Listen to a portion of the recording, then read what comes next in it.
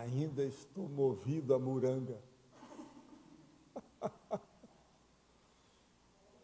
Está o máximo. Ainda deixei um pouquinho para a graça.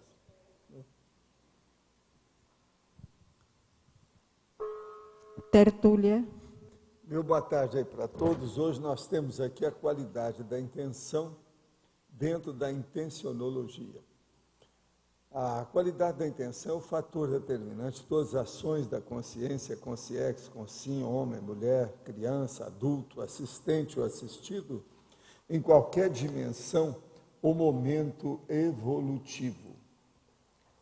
Agora, o holopensene pessoal da intencionalidade evolutiva, a qualidade da intenção, a qualidade da intencionalidade, a qualificação do intencionismo, a qualificação da intenção contínua, a boa intenção, a má intenção, a intenção saltuária, o caráter, o temperamento, o conteúdo consciencial. Agora, nós falamos no fim aqui, toda consciência sempre escolhe de modo voluntário, ou até mesmo inconscientemente, a intenção pessoal específica para fundamentar os próprios esforços na existência intrafísica. Qual a qualidade da intenção escolhida por você para embasar a própria vida? A evolutiva assistencial ou a cômica turística? Esse é o verbete 1282, tem 3 páginas, 41 alogias e 8 máximas, tá certo? Agora, nós temos que lembrar aqui que a intenção é a base dos processos da consciência. Depois da vontade, é a intenção que predomina mais. Então, a gente tem que estudar isso bastante, com calma, para qualificar a nossa intenção. A qualificação da intenção mostra a alegria ou a tristeza, a doença ou o equilíbrio, a melhoria da pessoa ou a regressão dela. Agora a pergunta, a intenção no caso é a meta, o propósito, o objetivo, o alvo, o ponto teleológico final que centraliza as priorizações existenciais da pessoa, ou tem mais a ver com os conteúdos bons ou maus dos seus atributos coletivos? Não, tem as duas coisas aí, que aí a intenção é complexa. Precisa saber o que a pessoa quer. Ela pode ser que a pessoa esteja com aquela intenção ali, com a sua priorização, ou vendo o seu objetivo na hora, ou pode ser uma coisa secundária, que ela está apenas en passant, diletante, não está dando atenção para aquilo. Agora, o problema sério nosso é qualificar a intenção para a evolução consciencial. Nesse ponto, então, é o alvo, realmente, é o propósito, é a meta, é o objetivo. Isso aí é sério. Agora, tudo depende da qualificação do CPC, o Código Pessoal de Consuética da pessoa. Poderia comentar algo a respeito da paradoxologia do verbete de hoje, exemplificando paradoxologia. O paradoxo da intenção pessoal reverberar na intenção das consciências próximas. O problema é o seguinte, esse paradoxo, ele reverbera devido aos problemas das ações. Por exemplo, um líder, a intenção dele reverbera sobre os liderados. Assim é tudo. Uma pessoa que dirige um departamento, a intenção dela reverbera sobre o resultado dos esforços de todo mundo que trabalha naquele departamento. Então, é um paradoxo, porque então a sua intenção, ela pode ser contagiante, ela pode contaminar. Então, isso é importante, essa interação com os outros, na questão da intenção. Por isso que é paradoxal. Agora, aqui nós temos a frequência das tertúlias conscienciológicas no mês de julho, que aqui, lá fora, a base do processo, eles não estão falando, aqui é só a frequência aqui. Agora, a diminuição aí dessa última semana nossa foi violenta, é a mais baixa de todas devido ao processo do corte dos mascarados. Aqui nós estamos fazendo um baile sem máscara, Então a situação está diferente. Agora, o problema é o seguinte, o total geral de frequência foi 1.898 pessoas, mesmo assim, no mês. A média geral ficou em 61. Agora, a data do fechamento foi no dia 23, agora de julho.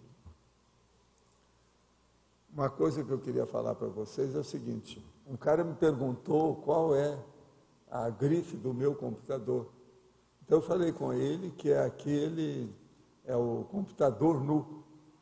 Ele perguntou, como computador nu? Sim, é sem sunga. Eu estou só falando que eu falando desse jeito, nunca mais a pessoa vai esquecer. Computador é uma coisa de macho e ele não usa sunga. Entende? Aí a pessoa entendeu logo, vocês nunca mais vão esquecer isso. Sabe que eu estive falando aqui um negócio de grife, né, aquelas coisas todas? Precisa de relacionar tudo. O meu é sem sunga.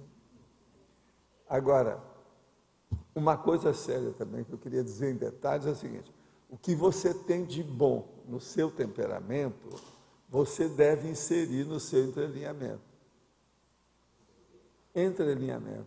Aquilo que você vai fazer para o futuro. Então, veja o que é o seu temperamento, se ele está refletido no seu texto, naquilo que você está escrevendo. Por exemplo, você quer colocar um entrelinhamento ou uma cápsula do tempo ideológico para você mesmo, para a próxima vida. Olha bem o que você tem de bom no temperamento para entrar por ali. Porque isso é que é bom perpetuar. Aquilo que é bom a gente estender. Entende?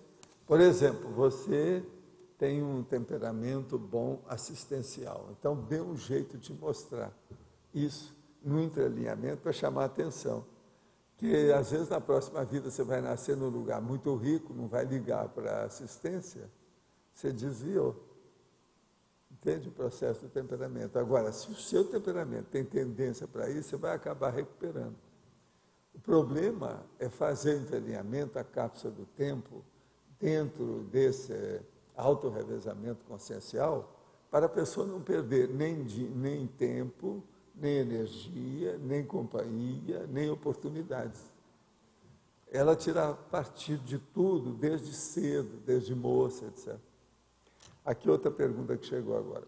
Quais os critérios lógicos para se avaliar a qualidade da intenção das heteroideias provenientes do intra e extrafísico? O problema todo é o seu discernimento. Agora, esse seu discernimento, quanto mais rico ele seja em matéria de experiência, de estudo, de pesquisa, o nível, por exemplo, da sua abordagem cosmovisiológica, mais você vai acertar na qualificação da intenção.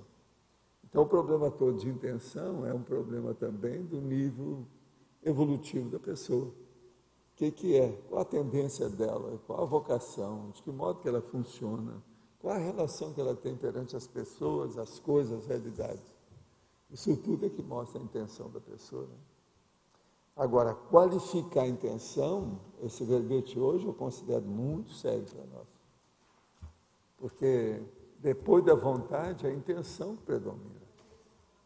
Pois é.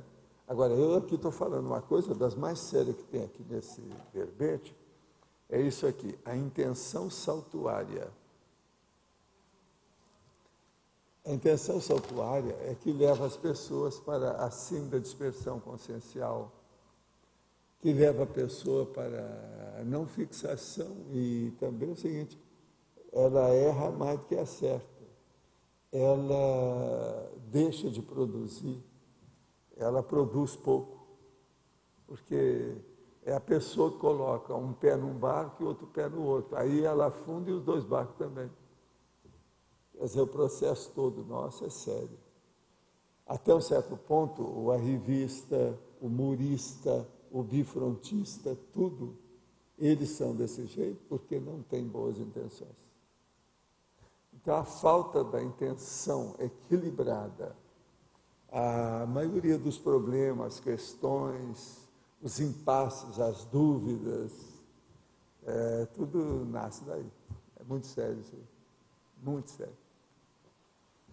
Agora, hoje eu queria falar uma coisa para os tertulianos aí, ó. Porque tertuliano ainda não recebia aí o total do mês, né? Tertúlio ainda não deve, de fora ainda não veio. Mas eu queria falar uma coisa para os tertulianos. Eu estou estudando o teletertuliano, quer dizer, homem ou mulher, incógnito. Eu já fiz o verbete, agora eu vou passar para vocês amanhã os dados aí. Agora, é o clandestino. Você está entendendo? O oculto, aquele que não se manifesta. Entende? Quais são as consequências e o problema disso? Então, eu estou examinando o teletertuliano à distância. O que é que ocorre lá com ele do ponto de vista da conscienciologia? Como reage essa pessoa? Eu amanhã vou passar isso para as minhas chefas aí, que comandam a minha pesquisa. Vocês duas estão comandando a minha pesquisa. Então amanhã eu passo isso e a gente vê. Agora, até agora eu arranjei o nome, foi mesmo. É teletertuliano incógnito, que é aquele que não se manifesta. Ele pode ser apenas um processo, por exemplo, de não aparecer com o nome, ou ele aparece com o nome, mas é um pseudônimo. Então, ele tira o corpo fora, ele se acoberta, entende? Agora, praticamente eu já fiz o verbete lá.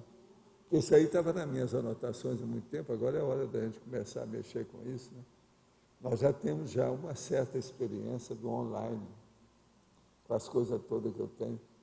E às vezes tem muita repercussão do online também, no meu material que eu recebo, por causa das TENEPS, etc., né? Pedidos, tudo.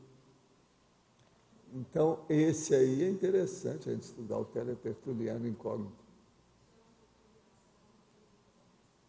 O senhor acha que tem ligação, pedida NEPS com o teletertuliano? Tem gente que pede as coisas na TENEPS devido online. Ah, então é por isso que o senhor está fazendo E agora, eu preciso de ver aí o que é que se passa com esse povo que sabe como é que é? Está usando máscara. E não é por causa da gripe. Entendeu?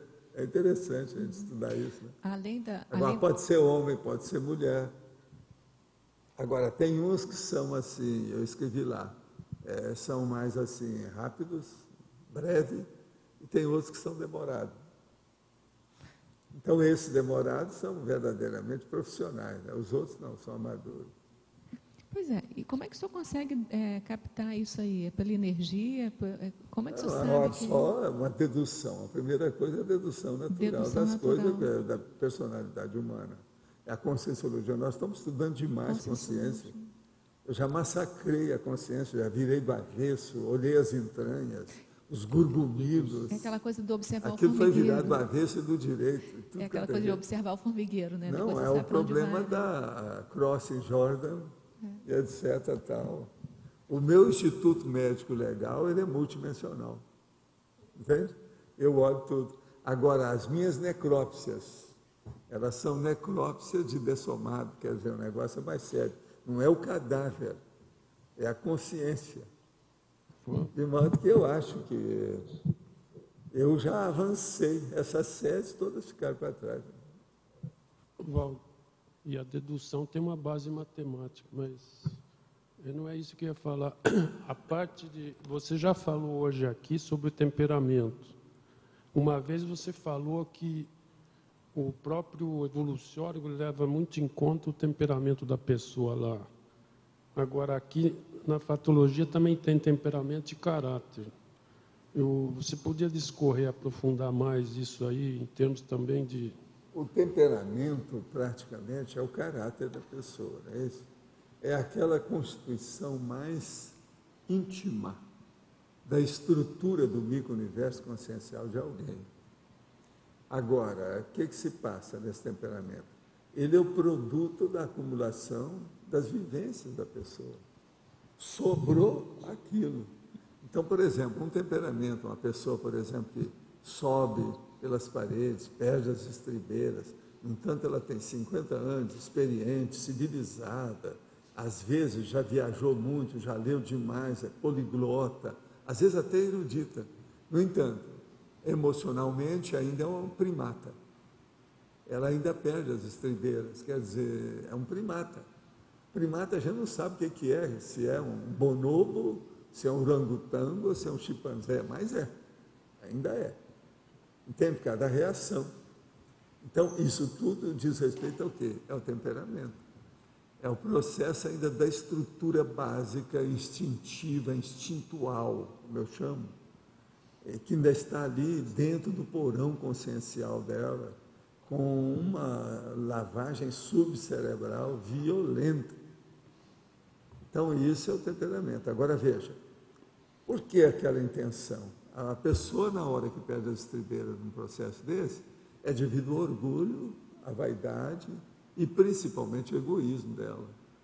Ela está defendendo uma coisa que ela não precisa defender aquilo.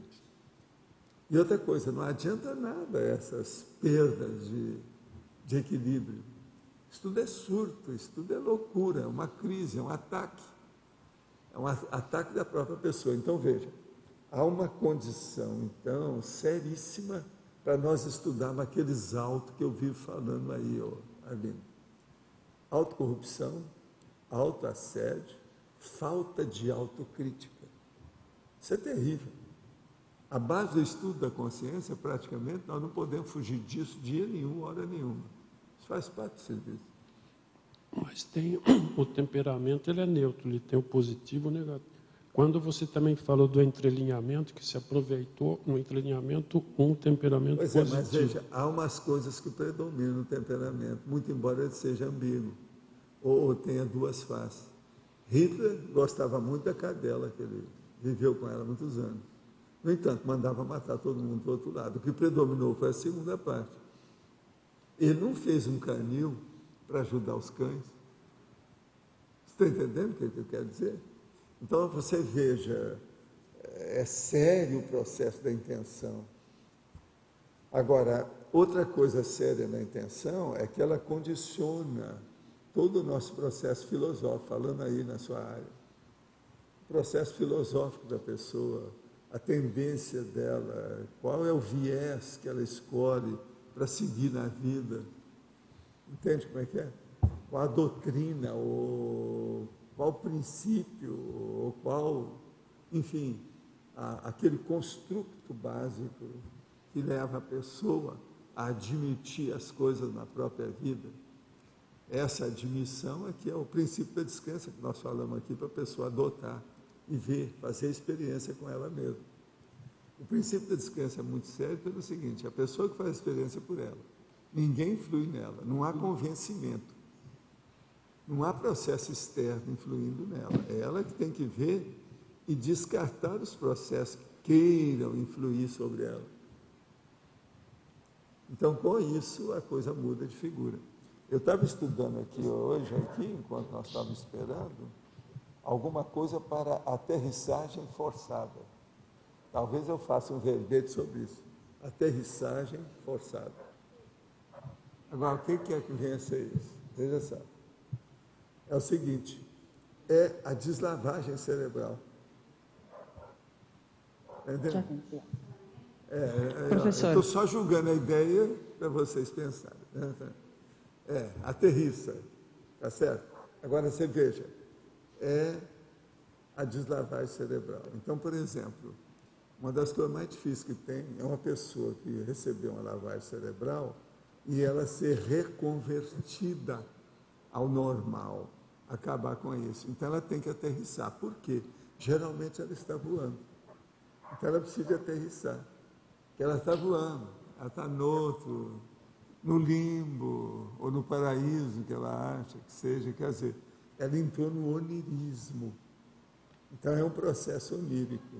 Agora, se eu colocar essa expressão aterrissagem forçada e especificar desde a definiologia o que é, nunca ninguém vai esquecer mais isso. Essa expressão já foi usada por algumas pessoas sobre isso. Então, por exemplo, a pessoa que foi doutrinada de algum modo, politicamente falando, por exemplo, o comunismo caiu. Tem muita gente que acha que ainda não caiu, porque ainda não aterrissaram. Estão voando ainda até hoje. Esse povo que bate palma para o Fidel Castro, tudo falta aterrissar. Está todo mundo voando. Voa, voa, mas não pousa. Então precisa de voar. Você está entendendo? Mas é necessário pousar. O mais importante é pousar. Vocês estão entendendo? Agora veja, tudo é um processo aí de temperamento que recebe a canga. A pessoa se torna genuflexa no assunto. Por exemplo, o lavado cerebral do fã-clube, o lavado cerebral do Corinthians, o galo do Corinthians, né? Lavado cerebral. Assim tem um monte de lavado cerebral. Uma das lavagens cerebrais mais difíceis que tem é a prostituição. Para a pessoa sair daquilo, uma mulher, por exemplo, sair da prostituição, ela pensar de uma maneira normal e ver as outras pessoas normais, é muito difícil. Entende? Então, veja, essa que voa mais alto, das que tem por aí. Outro que voa mais alto são esses tiranos dentro da política. Aquele cara lá, aquele baixinho lá da Coreia do Norte, aquele, coitado, ele está aterrissando aonde? No espaço sideral, quer dizer, no espaço sideral não tem jeito de aterrissar. Entende o que quer dizer, então? Agora, tudo é um processo de intenção dentro de um temperamento bem específico. Mas essa lavagem, ela tem essa questão do comunismo que caiu de podre na prática, economicamente, politicamente, tudo errado. E o pessoal ainda está em cima disso porque ela é uma religião aqui. Não, às vezes é muito mais difícil fazer a deslavagem do que a lavagem cerebral. Agora, o problema todo é que eles usam todos os recursos, né? Desde som, música, é aquilo que eu chamo da muletaria. É um verdadeiro almoxarifado de coisas, entende? De implementos para dominar e sugestionar as pessoas. Isso tem muito. Você sabe, essas coisas existem hoje até o processo subliminar. Existe aquele filme que o americano fez lá, que chama Piquenique, que eles fizeram a experiência de colocar um negócio para a pessoa beber Coca-Cola, julgando com a projeção TAC, quer dizer, a chamada TAC, né? TAC, super rápida, entende? Houve um aumento da área do povo lá, de mais de 50% da venda da Coca-Cola. E ninguém via que estava escrito Coca-Cola, é só aquilo rápido. Então, veja, isso tudo é lavagem cerebral. Uma lavagem cerebral subliminar. Entendeu o que quer dizer? Não? Isso tudo já foi muito falado, dito. Agora, o processo da aterrissagem é importante. Mas, Fafá, você está querendo dizer alguma coisa? Faz favor. Sim, professor, boa tarde. Uma pergunta. O senhor mencionou agora há pouco o teletertuliano clandestino. Eu acho que era importante até chamar a atenção, convidar as pessoas para fazerem mais perguntas, porque a gente vê que às vezes, mesmo aqui ou ali no tertuliário, as pessoas têm vontade de perguntar, mas mantém aquela pergunta para si e não expõe. São os inibidos.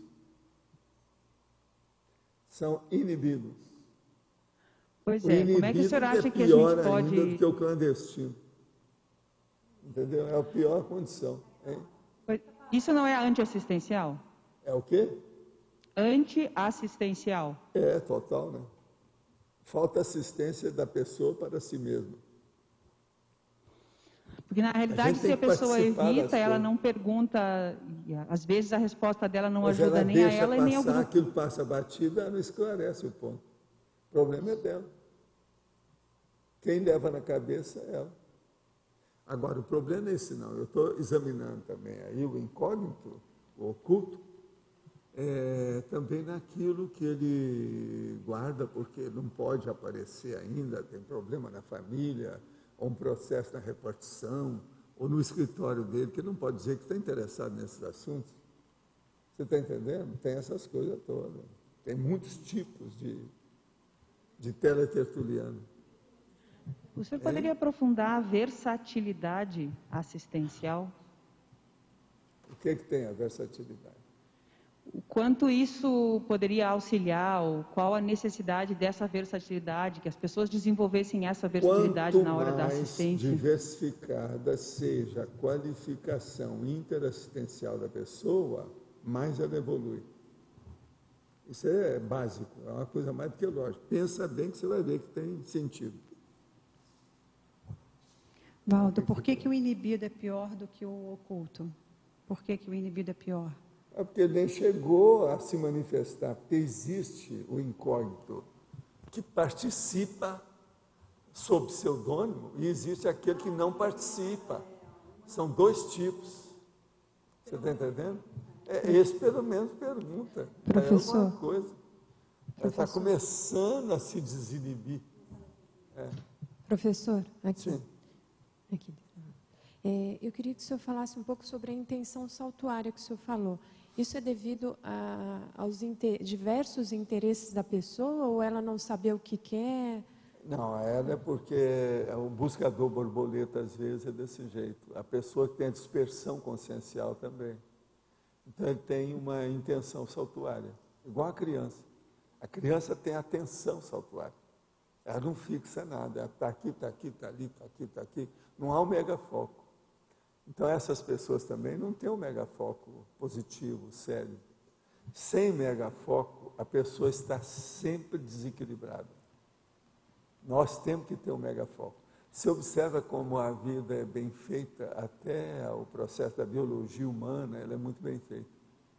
Nós temos, por exemplo, um processo de pronação e de equilíbrio do corpo, que mexe inclusive com a cóclea. Você está entendendo? A pessoa tem que ficar ereta. Então, no processo neurológico, você faz até aquele exame, ó, coloca isso na ponta do seu nariz, para ver o problema dos reflexos da pessoa. Agora, esses reflexos é que levam para o problema de ver o equilíbrio da pessoa. Então, se nós, até no corpo, precisamos de ter equilíbrio para a gente não cair, você olha bem como é que as pessoas quebram as pernas e braços. Como elas caem no banheiro. É muita gente que cai em banheiro, principalmente depois de uma certa idade, devido ao problema dos ossos que estão frágeis. Há um processo de ossatura pior aí na história, falta de cálcio, etc. Mas você veja, isso tudo é falta de equilíbrio. Se o corpo precisa desse equilíbrio, se nós perguntarmos aqui, por exemplo, algum de vocês, na sua vida, até o momento, você ficou sem cair alguma vez? Ou você já caiu alguma vez? Se a gente for notar, às vezes, nós fomos examinar algum de vocês, tem gente aqui que cai mais do que a média, e às vezes jovem. Eu já examinei isso com um jovem que cai. É que ele não quebra nada, porque os ossos ainda estão firmes. Só faz escoriação, alguma coisa. Porque a maioria o que aparece, quando a pessoa escorrega na casca de banana ou no chuveiro, no banheiro, ela aparece porque é de idade, está frágil, a ossatura já não é mais a mesma coisa, é tudo cana verde. Ela dobra, mas acaba quebrando, que é pior ainda. A pessoa que tem, então, um megafoco, ela vai ser menos suscetível também ao assédio. Sob todos os aspectos, né? Isso aí é um deles, mas são todos eles. Agora, o que eu quero chamar a atenção é isso. Se o próprio corpo chama atenção e faz questão da pessoa ter a pronação, então, por exemplo, a verdadeira ponteiro da bússola consciencial começa no soma, no corpo humano, para você saber ficar ereto. Lá em Ipanema, por exemplo, eu chamava atenção com todo mundo que às vezes, que eu andava sempre de manhã, né, de madrugada, então eu chamava atenção depois, assim no sábado, domingo, quando o negócio era área de pedestre, para as pessoas verem como é que o povo anda errado, sem equilíbrio.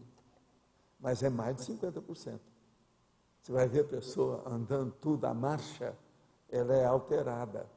Agora, você vai falar assim, não, mas isso é devido ao processo da coluna, porque lá pelas tantas todo mundo tem uma escoliose. Escoliose é uma coisa comum. Se nós formos examinar vocês aqui, eu garanto que a metade está com alguma escoliose. Pequenininha, mas está. Todo mundo tem problema de coluna depois de uma certa idade. Mas não é isso que faz Aquelas pessoas que andam com a marcha alterada, aquilo às vezes é mesmo falta de orientação, de equilíbrio e de uma boa disposição para ter hábitos sadios, que ela não tem, ela não sabe andar. É muita gente aí que você vê que não sabe andar. Agora, o que eu tenho sempre pena, devido aos meus processos, ter estudado muita cosmetria, esse negócio todo, é a moça que anda igual um macho, um estivador no cais do porto. Para quê? Por quê? De que modo? Eu fiz um monte de, nos meus cursos lá, que eu dei uns 15 anos ao avançado, eu mostrava andando, né? A marcha normal e a marcha como é que é do povo. Os caras como é que andam. Tem a marcha anserina do ganso, da mulher que deslocou os processos dos ossos aí na bacia. Valdo, então, no curso para semiologia, teve uma dinâmica que os professores fizeram, né? Todos nós íamos caminhar, ida e volta, tínhamos que fazer um desfile conscienciométrico.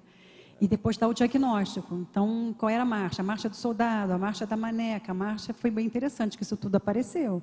Pois é, mas o agora nosso o modo problema de... é que pela marcha a gente vê se a pessoa tem equilíbrio ou não. Se ela não dá equilíbrio numa coisa tão simples, que é cuidar do corpo, você me perdoa. Eu, por exemplo, não posso confiar nessa pessoa no resto dos equilíbrios dela das outras áreas. Tem alguma coisa errada. Então, pela marcha, o modo de caminhar, a postura da pessoa, é que nós vamos mostrar nossa força presencial. Entendeu? Não adianta nada a pessoa, corpão enorme, cheio de energia de tudo quanto é jeito, se ele não tem uma boa postura, entendeu? O modo de ser. Não adianta. Mas tem gente que tem uma postura assim, ereta, caminha bem tudo, mas tem dispersão.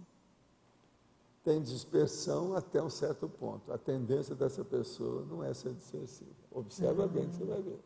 Quer dizer, ela vai Pega ter uma alguém assim e faça. A tendência vai ser ela ter mais equilíbrio. Porque ela está olhando os detalhes do próprio corpo. Quem começa a ver os detalhes do próprio corpo está vendo a linearidade da autopersonalização. É lógico, é isso que eu fiz muito isso. Eu mesmo indicava, eu mesmo filmei gente. No início do Instituto eu comecei a fazer isso. Houve uma briga entre duas professoras por causa disso.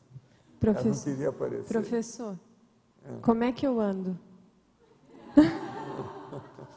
O senhor já reparou? Precisa examinar com calma. Vamos examinar. Agora aqui. Qual a qualidade da intenção que norteia as ações do amparador sobre o seu amparando? É lógico, o que norteia é fazer a assistência de alta qualidade, quanto mais, melhor.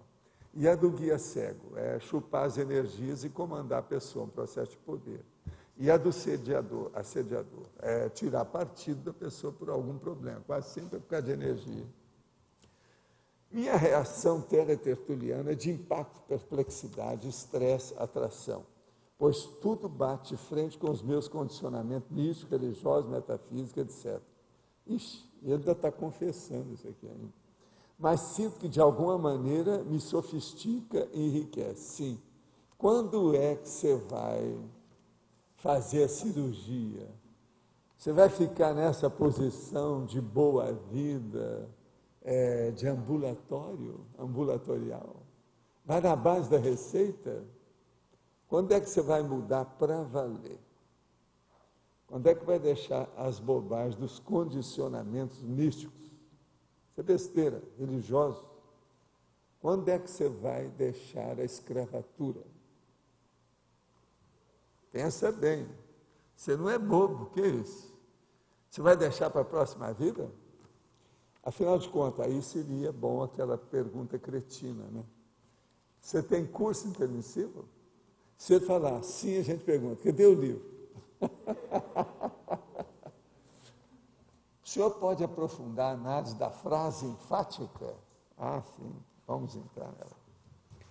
Toda consciência sempre escolhe de modo voluntário, ou até mesmo inconscientemente, a intenção pessoal específica para fundamentar os próprios esforços na existência intrafísica. Então, aquilo que você está fazendo hoje, você que é a minha amiga, Qual é a sua intenção? Você quer evoluir para ajudar os outros? Você já está fazendo para ajudar os outros desde já com a sua evolução do momento evolutivo? Tudo é processo de intenção. Então, vamos analisar isso. Qual é a qualidade da sua intenção para fazer o que você está fazendo hoje? Nesse domingo, por exemplo, o que você está fazendo aproveitando as férias do fim de semana? Qual a sua intenção? Vamos examinar, deve ter alguma coisa. É por aí. Vocês acham que precisa falar mais? Alguém aí quer fazer algum posicionamento sobre a frase enfática? Alguém quer enfatizar essa frase mais? Geralmente, na sociedade, as pessoas têm a tendência de não querer falar de intenções alheias. Essa postura seria adotada para tirar o corpo fora ou surge da insegurança e avaliar a intenção dos demais. Pode ser de uma coisa ou de outra, depende.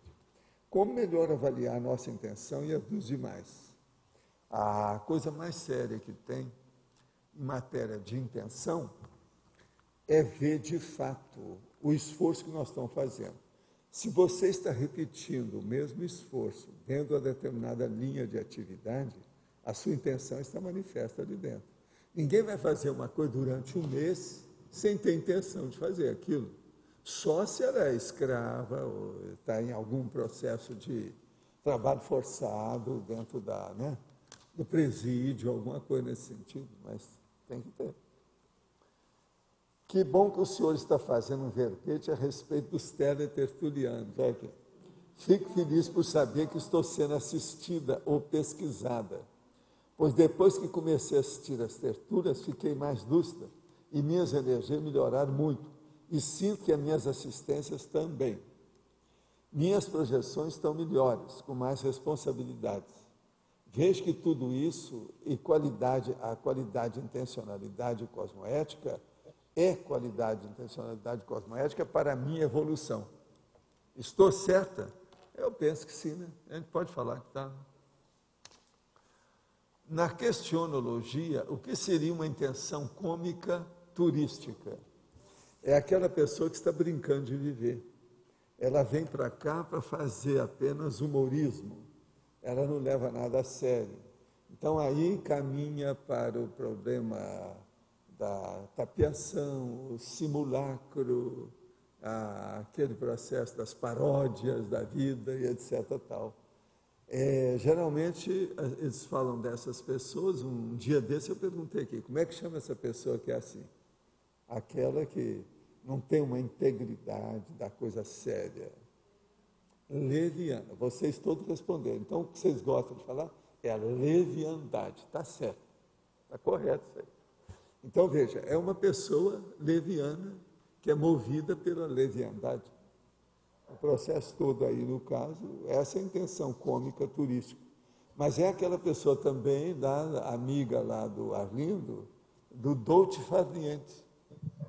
Não é isso? Ou amiga lá da Alegre, que ela é Pilar Alegre, né? Alegre, né? Que gosta da rede com sombra e água fresca. Não é isso mesmo? Então, por exemplo, é aquela pessoa que não gosta de chuva. Porque se tem a chuva, ela não pode ficar na rede, debaixo das árvores. Não é isso? Então, o problema todo é esse. Pode falar. Professor? O senhor falou que a questão da lavagem cerebral é um problema da intenção da pessoa e do temperamento. Mas como que seria essa intenção da pessoa que sofre a lavagem cerebral, ou que se deixa lavar cerebral? Primeiro, ela não tem aquilo que eu falei, ela não tem autocrítica. Mas a intenção Antes de mais especificamente... nada, o que é o lavador de cérebro? É um heteroassediador, tá certo? Um heteroassediador só age em cima de uma consciência se essa consciência é autoassediadora. Então, o autoassédio predispõe o heteroassédio. Então, por exemplo, uma pessoa só é lavada cerebralmente porque ela deixou por algum processo. Outra coisa, é burralda, burrilda e burroide. Por quê? Ela não tem desconfiômetro, mancômetro, para ver que está sendo lavada cerebralmente. É o que a gente vê na religião, na política. Os esquerdistas, por exemplo, aí, ó, por que não estão fazendo isso há quanto tempo? Olha os marxistas, como é que fizeram isso com um monte de gente. Teve comunista que mudou totalmente lá, na época do processo da Guerra Fria. Um país inteiro mudava tudo, ficava tudo comunista. Deixava tudo, ó, tudo é lavagem cerebral em alto nível. Agora, a maior lavagem cerebral que teve em poucos anos foi a feita pelo Hitler com os nazistas, com os alemães e outros também daqueles países que eles conquistaram lá na hora, de uma hora para outra, com as Blitzkrieg, que eram as guerras relâmpago. Isso tudo é lavagem cerebral coletiva. Agora, você quer uma lavagem coletiva, lavagem cerebral coletiva maior, por exemplo, do que a ola dentro do processo da decisão do futebol? Você quer uma lavagem cerebral coletiva, grupal, do que os happenings, por exemplo, do hard rock com maconha, cocaína e tudo mais que eles fazem? Você quer maior lavagem cerebral do que as boates de mulher pelada em torno daquele pau que fica rodando de um lado para o outro, assim, ó, pelada e exibindo o bumbum? Aquilo é tudo lavagem cerebral, o tempo todo. Agora, a lavagem cerebral, por exemplo, tudo que tem uma multidão que fica aplaudindo, eu desconfio. Entende? Agora, as maiores lavagens cerebrais coletivas mesmo foi a das manifestações do partido nazista, né? Que eram coisas espetaculares, são as maiores que já conseguiram fazer na Terra. Aquele processo cinemascópico, né? Uma loucura. Tudo lavagem cerebral. Agora, tudo feito é a propaganda. Essa mesma propaganda que foi criada pela Igreja Católica. A Igreja Católica é que criou a propaganda. O negócio todo foi feito por eles. Teve o século, a época que eles falaram, tem até um negócio em latim. Eles começaram a fazer isso em latim. Agora, imitar Jesus Cristo, porque Jesus Cristo fez a autopromoção do processo. Agora, isso é terrível a gente pensar nessa história toda, mas isso ainda existe em pleno século XXI. O primeiro emprego da palavra propaganda foi feito pela Igreja Católica no século XVII, quando o Papa Gregório XV estabeleceu uma comissão cardinalícia para a propagação da fé. Cardinalícia Comissio de Propaganda Fide. Gente, isso é século XVII. Tendo por objetivo fundar seminário para difundir a religião e imprimir livros religiosos e litúrgicos, pretendendo impedir a expansão das ideias provenientes da reforma luterânia. Então, o mencionado sumo pontífice, o Papa Gregório XV, editou a bula Inscrutabile Divine, que criou a Sagrada Congregação Christiano Nomini Propaganda, e composta de 13 cardeais e 2 prelados, a instituição tornou-se, a partir de 1622, responsável pela disseminação do catolicismo e pela regulamentação dos assuntos eclesiásticos em países não católicos. Então, veja, copiaram o primeiro que lançou a autopromoção nesse planeta em alta escala, que foi Jesus Cristo. Copiaram dele para fazer a propaganda.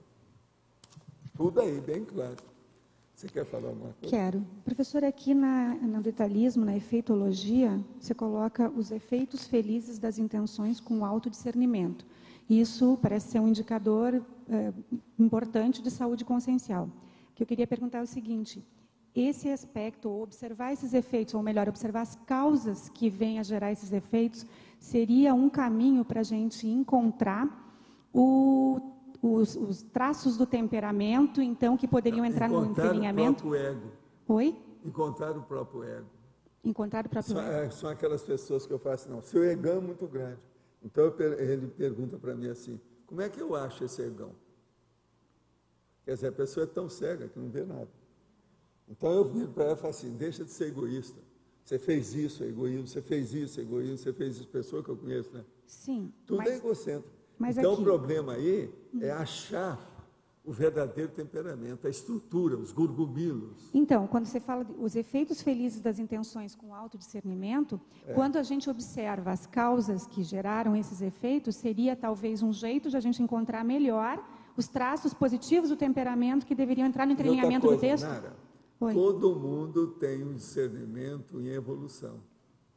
Sempre esse discernimento pode melhorar, desenvolver, evoluir, progredir um pouco mais, aumentar. Discernimento, mas para isso a gente tem que estudar mais. Né? Sem estudo não vai, não. Não adianta. Agora, outra coisa séria. No estudo, nós não podemos deixar, vamos dizer, estagnação. Você chegou num ponto, você ficou, às vezes, deslumbrada com aquele assunto, você parou tudo, ficou por ali. Isso não pode. O estudo tem que prosseguir, senão o discernimento cai. Porque aí a pessoa começa a regredir. E isso não é bom, não.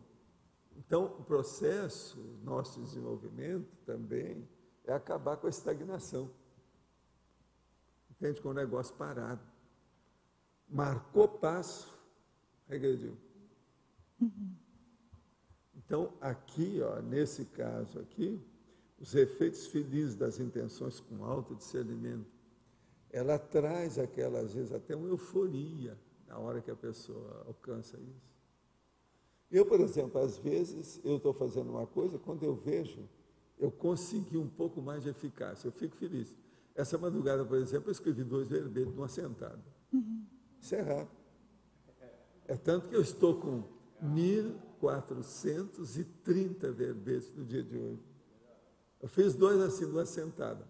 Agora, veja, são as circunstâncias que ajudaram e talvez uma série de confluência da minha cabeça, pensando naquilo, fazendo interação, associação de ideias. Estou te mostrando como é que é o processo de discernimento. Porque, para elaborar isso aqui, ó, eu pergunto a vocês 3 que trabalham muito com esses verbetes. A Adriana, a Rosa e a Mabel. Precisa de discernimento para esse negócio, não precisa? Senão está danado, não está? Como é que vai? Porque senão, o primeiro que acaba com vocês sou eu. Se aparece alguma cincada, eu sou o primeiro a falar. A mesma coisa comigo. Se eu escrevo alguma bobagem, a primeira coisa que vocês vão falar na mesma hora. Está todo mundo aí cutucando os detalhes. Então, é muito importante o autodiscernimento. Uma outra coisa, o autodiscernimento, às vezes, ele existe dentro da área que eu chamo das neoverpons. Então, isso não é uma rotina. Isso é a pérola negra, é uma singularidade, entendeu? É uma exceção. Então, a gente tem que aproveitar para ver o que está se passando com isso. É muito importante isso aí também. Agora, isso que você está falando, que é o teu encaminhamento e essa condição permanente e cada vez mais intensiva, é o que caracteriza aqui essa qualidade da intenção distributiva, né? É isso. O problema é esse. É porque não adianta isso ser eventual, quer dizer, se não se isso não se coloca como sequencial, agora, ele não marca. Por exemplo, nesse meu trabalho, por exemplo, de verbete, eu estou fazendo, mas eu não estou fazendo competição comigo, eu não estou visando isso. Quando eu vejo, eu consigo um resultado acima daquilo que eu esperava. Você veja, no dia de hoje eu bati meu recorde todos os tempos, eu estou com 148 verbetes na frente. 148, gente, presta atenção, são 5 meses. Eu estou na frente.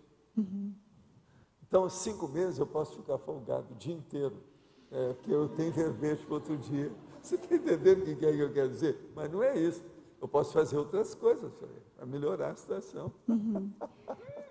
Valdo, assim, ó, você falou um monte de coisa, mas me parece, dentro disso, uma série de complexidades. Deixa eu tentar entender um aspecto aqui. Então, o temperamento esse do entrelinhamento, quando você está numa performance de trabalho, assim, ele fica uma coisa íntima. Quer dizer, não tem como reconhecer. Não reconhecer de montagem que você quer ver qual é a peça da máquina que não está bem oleada, engraxada.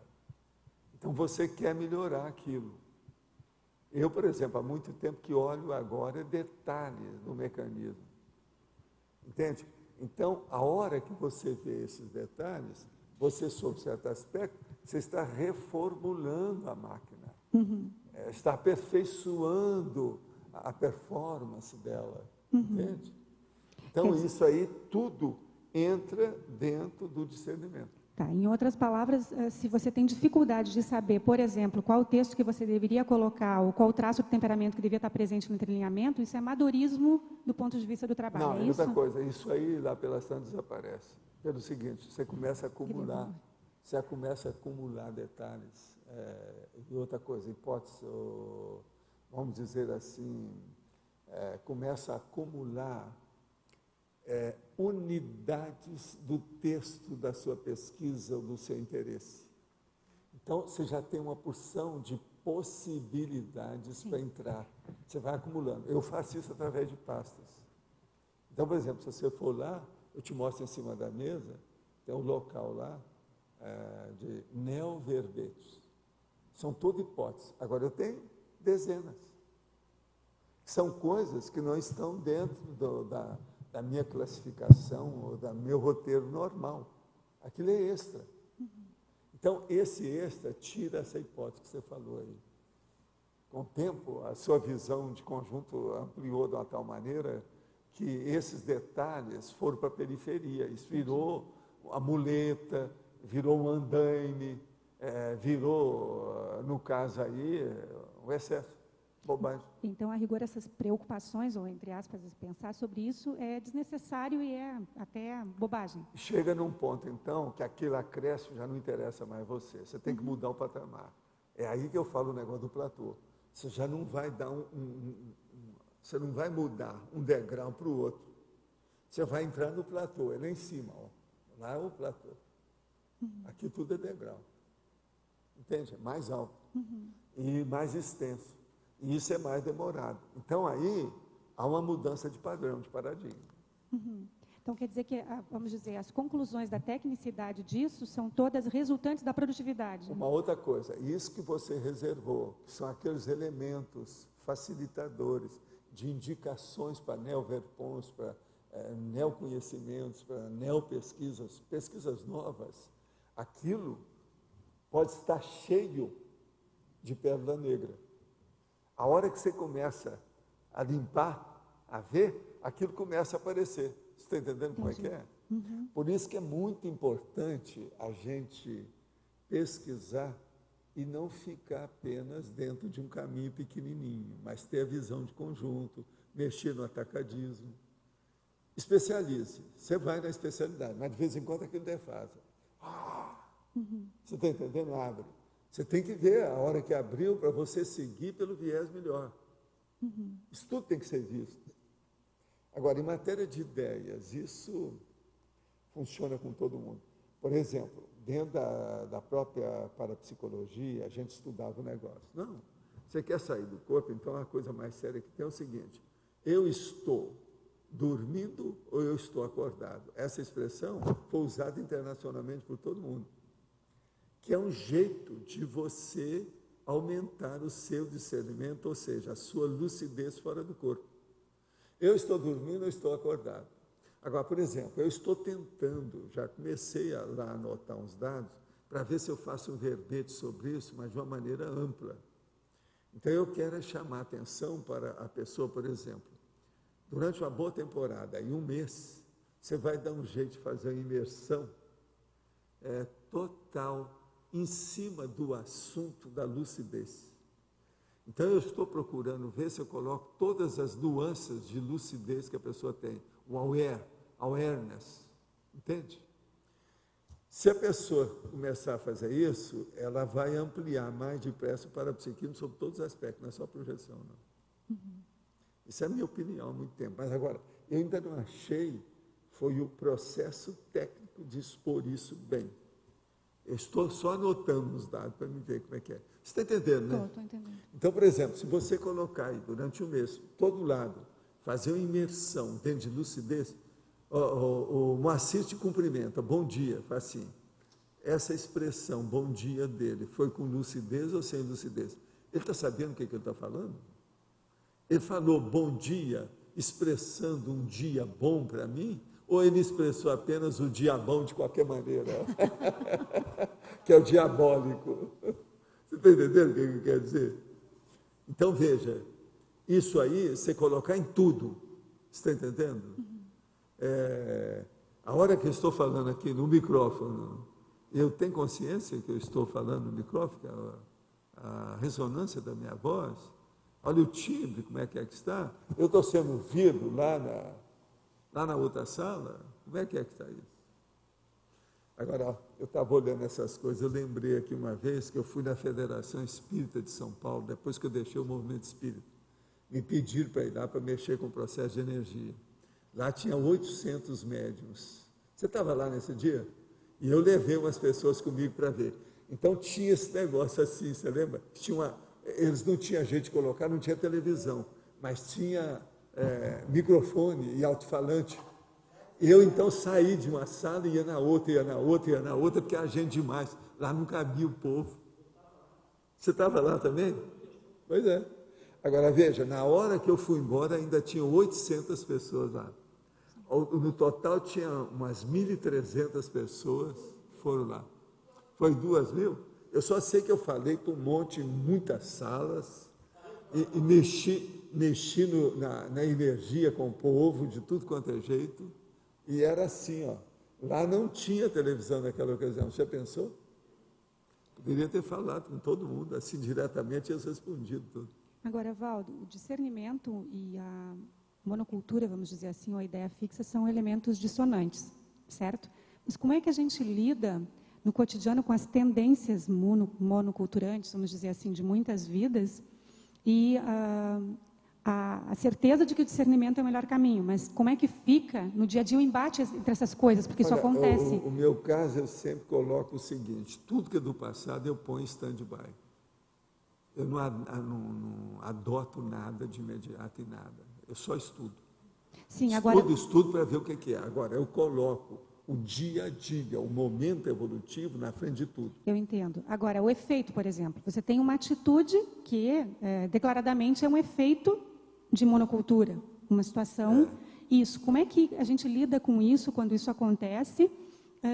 O embate disso. Mas você tem que lidar com isso com autoconsciência. A maioria lida por instinto. Por instinto. Aí é que eu erro. É isso que eu estou falando. A hora que eu tenho o processo do passado, meu negócio, eu tenho lucidez com aquilo. Okay. Eu não vou por instinto. Não interessa. Eu estou vendo agora. É o dia de hoje, dia 2 de agosto de 2009. É um momento evolutivo. É uma tarde.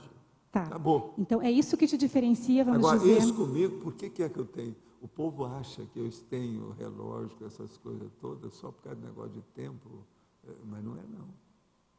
É uma porção de condições que o relógio dá. É o calendário que está aí, a situação toda que tem. E eu preciso de lembrar para o Valdo que, olha, você está vivendo um momento evolutivo. O que é o mais importante nisso? O que você está aproveitando com isso? O que você está jogando fora?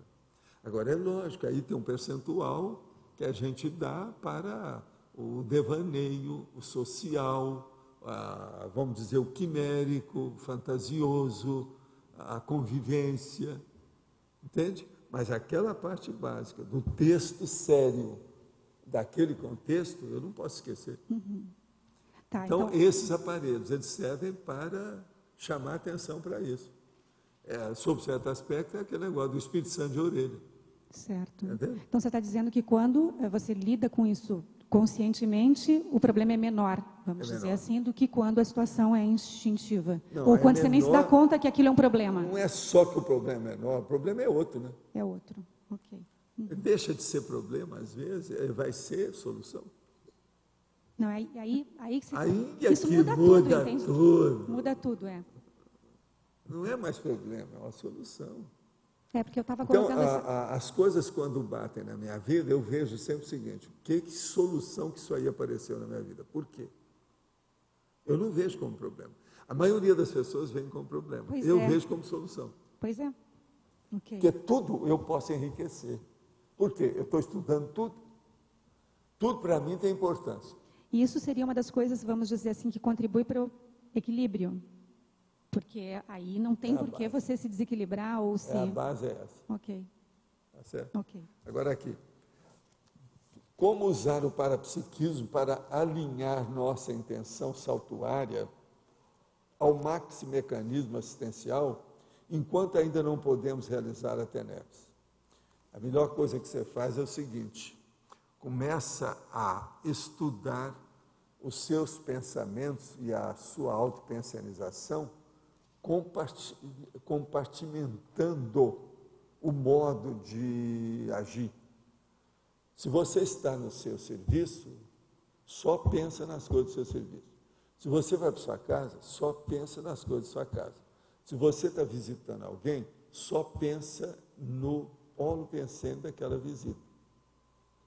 Então, com isso, isso pode ajudar. Agora, se você não consegue fazer isso 100%, se você fizer predominando, por exemplo, 60% disso, você já vai começar a ficar mais equilibrado com a pensionização. O problema todo é a gente não perder a chance de qualificar a pensionização. Isso é muito importante, que é o problema da qualidade da intenção. De que forma a qualidade da nossa intenção pode dinamizar o estado vibracional e nosso autodomínio energético?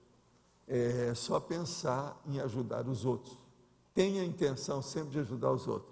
Por exemplo, eu vou mexer com energia, vamos pensar em melhorar o mundo. Vamos exteriorizar a energia. Vamos melhorar o mundo, sempre positivamente. Com isso, já melhora a qualidade da intenção e a qualidade das energias que a pessoa exteriorizar. Em parafatologia, poderia ampliar as metas pluriexistenciais? Metas pluriexistenciais. A maioria de nós todos estamos entrando aqui, por exemplo, dentro da Cognops, dentro de Max Proex. Então, são programações existenciais, no caso, plurais, ou seja, grupais. O nós está de acordo com isso? Pois é. Então, numa condição dessa, nós temos que começar a pensar o seguinte: qualquer coisa que nós estamos fazendo aqui agora é apenas o início do começo, do princípio. Por quê? Nós temos que fazer um auto-revezamento para seguir com isso. Se a gente já está participando de uma Max Proex, ou seja, uma programação existencial grupal, isso é muito mais amplo. Sendo muito mais amplo, às vezes uma vida só ainda é pouco para isso aí. Essa Max Proex, às vezes, ela vai continuar com outros dividendos, outros pseudópteros, outras periferias, outros acréscimos que não tem ainda. Então, é muito importante a gente ver as metas pluriexistenciais. Você, por exemplo, começa a estudar as suas metas pluriexistenciais. Uma delas, ser bastante equilibrado em tudo que você faz. Não perder a tramontana hora alguma. Dentro do seu trabalho de atender os outros, que é o que você faz, você sempre está atilado, totalmente alerta, sabendo qual é o megafoco daquele momento evolutivo. Agora, tudo isso ligado em conexão com amanhã, depois, no outro corpo, a próxima vida, enfim, você já sabe, seja onde for, que daqui para frente você esteja, em qualquer dimensão, ou manifestando com qualquer tipo de veículo consciencial, você está sempre entrosado, uma coisa com o resto. Aquilo que você faz com o resto. Aquilo que você faz com o resto. E por aí vai. Vocês estão entendendo, né? Então, essa visão, que é a cosmovisão da atividade da pessoa, é a mais correta que ela pode fazer. Ela vai errar muito menos. Então, esse é um caminho das metas pluriexistenciais. Por exemplo, mudança de temperamento. Isso deve ser dentro da sua meta pluriexistencial, porque temperamento é a última coisa que a gente muda e ele Você vai dessomar, você não muda nada, você continua sendo o que você é. Então, começa a mudar o temperamento agora. Veja bem como é que é isso. E outra coisa, aperfeiçoamento da interassistencialidade. É uma coisa que ninguém vai perder. Então, começa a funcionar com isso o mais depressa possível. O senhor poderia indicar uma técnica ou exercício prático que ajudasse a melhorar a condição de decidofobia? Não, aí seria bom, era você ver aqueles 1000 verbetes que falam uma porção de coisas sobre decidofobia. Vê os verbetes que falam sobre isso. Procura lá no FAD, no computador, e coloca decidofobia. E vê o texto daquele verbete, que lá vai ter a terapêutica, a orientação, o que a pessoa deve fazer. Agora, não despreze os detalhismos desses verbetes, que às vezes lá está o antagonismo, às vezes o antagonismo traz a terapia. Então é isso. E olha, meus cumprimentos para você com o seu trabalho por aí. De vez em quando eu te vejo. Isso aí é uma pessoa que aparece aí por aí. Eu estou falando que veja, ela entende o que é que eu vejo. É ver mesmo. Na questionologia, o senhor poderia aprofundar a segunda parte, a evolutiva assistencial ou a cômica turística. Eu já não falei aqui no assunto da cômica. A evolutiva assistencial, você acha que precisa de falar? Agora, parece que o nosso amigo chegou atrasado. É o seu companheiro do Tri Parada Dura. É o Adélio. Ele não... É preciso Adélio conter. Ele precisa de conter o processo, não é isso? Adélio conter a situação. Mas a evolutiva assistencial, você sabe o que é. E a cômica turística, eu já disse o que é. O problema todo é esse. Vamos ver como é que fica a evolutiva assistencial. Não é isso aí que é a qualidade da intenção evolutiva assistencial? A maioria aqui não está nessa, o próprio Adélio está nessa. De modo que fica firme, é por aí. Em relação à TENEPS, o senhor explica que é possível fazê-la naquele prazo de 3 horas. Quando não faço na hora exata traçada, fico me perguntando se não desrespeito o amparador e deixo as pessoas esperando. O senhor poderia clarear essa dúvida? Uma dúvida que você está desrespeitando o seu amparador. Isso mostra que você não está bom de disciplina. Que tal você se organizar melhor? E eu falo 3 horas é para quem está começando, porque ela ainda não tem hábito. Por exemplo, o primeiro mês da TENEPS, a pessoa vai ter uma dificuldade danada.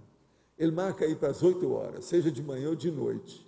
Ele vai ter dificuldade. Sempre vai haver uma interferência, uma interveniência. Então, nos primeiros 6 meses, isso é muito comum. Agora, então, é a pessoa que tem que ser rigorosa na sua pontualidade. O problema é dela, da pessoa. Agora, se você está praticando a TENEPS há 1 ano e ainda está usando essas 3 horas, na minha terra o nome chama-se autocorrupção. Poderia dizer qual é o livro do qual o professor leu o trecho sobre a palavra propaganda? Lá vou eu, nosso Vasconcelos. Como a mente humana produz ideias. J. Vasconcelos. Editora Escuta. Tem na Mega Store. Ainda tem ou já acabou? Ainda tem alguma coisa lá na Mega Store. Esse homem é uma cabeça. Eu já falei aqui, ele é fora de série. E ele tem um dos meus estilos, ele usa. Ele usa enumeração em tudo. Por aqui está cheio de enumeração. Dá para contar, no livro dele, mais de 20, sabe? Enumerações horizontais. Ele não sabe fazer horizontal, a vertical, não. Mas ele usa a horizontal. E é muitas que ele tem. Agora, vale a pena. Como a mente humana produz ideias. J. Vasconcelos, editora Escuta. Eu estou mostrando que eu sempre pego um livro aqui para ajudar. Como esse livro é bom, eu já falei várias coisas que tem no livro para chamar a atenção de vocês. A coisa melhor que tem no mundo é você dar um presente ou indicar um livro útil para os outros. Esse aí é um deles. É tão difícil a gente arranjar livro bom, né? A maioria é bomba. Poderia dizer qual é o livro do qual o professor é esse aqui que eu já li.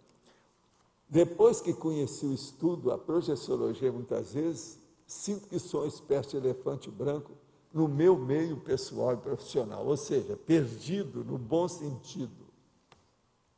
Não encontro pessoas para estudar e debater os assuntos da projeciologia. Que dica o senhor me daria para essa situação?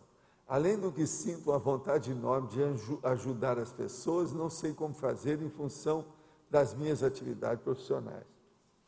Comece a anotar as suas coisas para mudar a sua existência. O seu problema que você está precisando é reciclagem. Examina quais são as reciclagens que você pode fazer. Começa já, teoricamente, a anotar, né, a reciclagem a ser feita e vamos trabalhar com isso. Você tem tempo. Vamos examinar até o fim do ano, você examina, teoricamente, a reciclagem que você vai fazer o ano que vem, por exemplo. Começa por aí. Agora, lembrando daquela técnica nossa, curto prazo, médio prazo e longo prazo. Então, curto prazo, a partir de janeiro de 2010, o que seria bom você mudar? Agora, ó, essa mudança envolve profissão, tendências, processo familiar, problema de relacionamentos, o círculo social, hobby, leituras, pesquisas, estudos. Por exemplo, primeira coisa, você tem um laptop? Seu laptop tem quantos arquivos? Seus, sobre a sua pessoa. Que tal você fazer uns arquivos mais sérios no laptop a seu respeito? Começa por aí, estudo é mudança. Você não precisa fazer tudo para amanhã cedo, não é isso. Faz, ó, nós estamos começando o segundo semestre, não é isso? 1º de julho, hoje é dia 2, é o segundo semestre. Então, nós estamos no segundo semestre desse ano.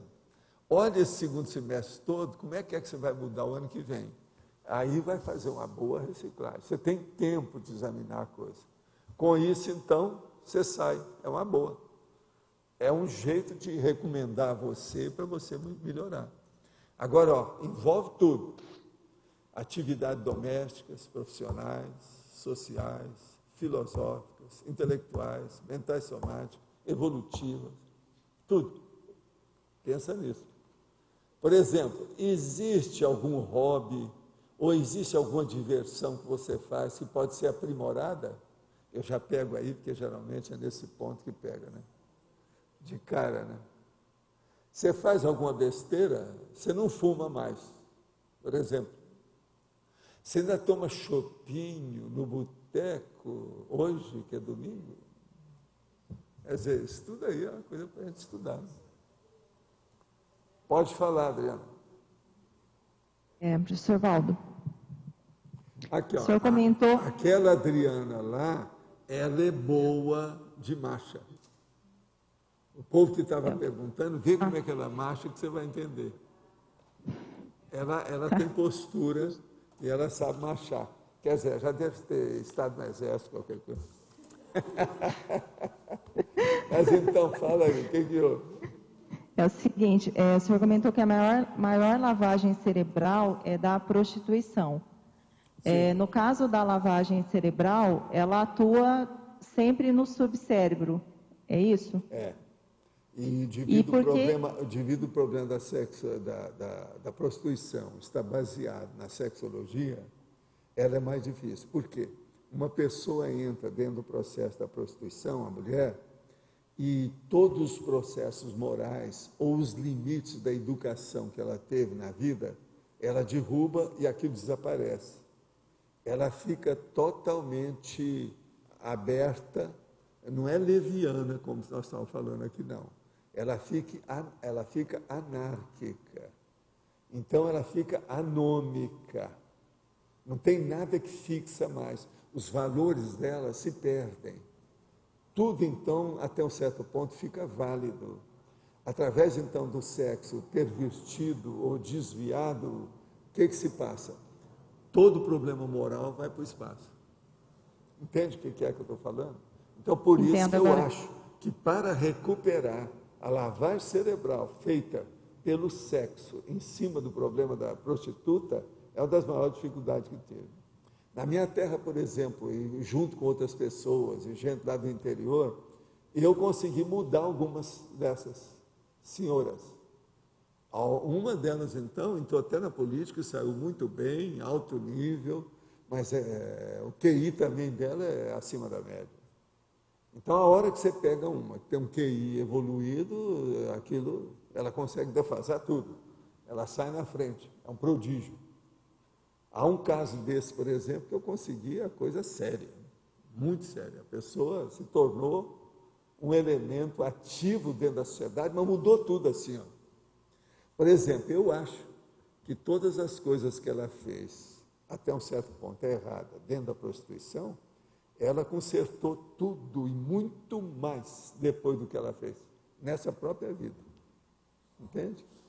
Essa senhora é fora de série, mas é um QI.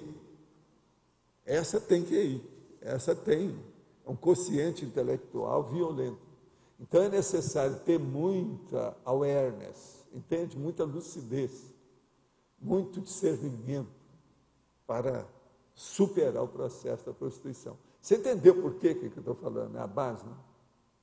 Agora, qual que é a diferença, então, por exemplo, da lavagem cerebral política, que também mexe com o caso agora, da ética, agora, é pior ainda? Você veja a lavagem cerebral feita pelo sexo. Como é feita essa lavagem? Vamos entender. Ela tem os clientes dela.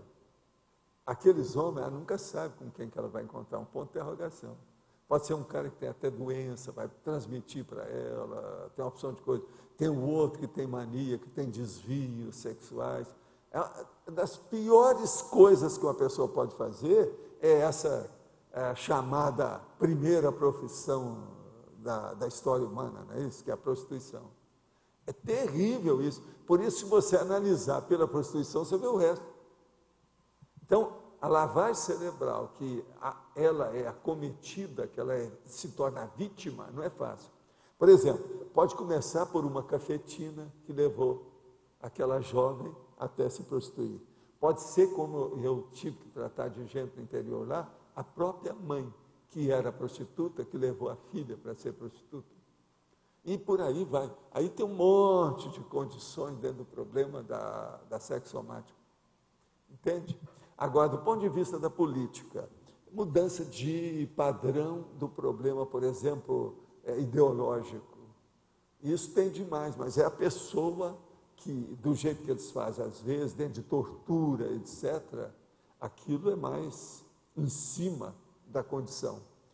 A pessoa depois, se ela é muito viva, aquilo não envolve tanto ela volta, ela consegue recuperar.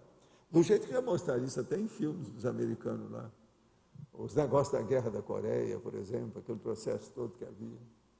Então, o problema todo aí é ver a qualidade da intenção da pessoa e o nível do discernimento que ela tem. Se ela tem discernimento, ela pode entrar numa coisa dessa, mas aquilo é temporário, vai chegar um ponto que ela recupera.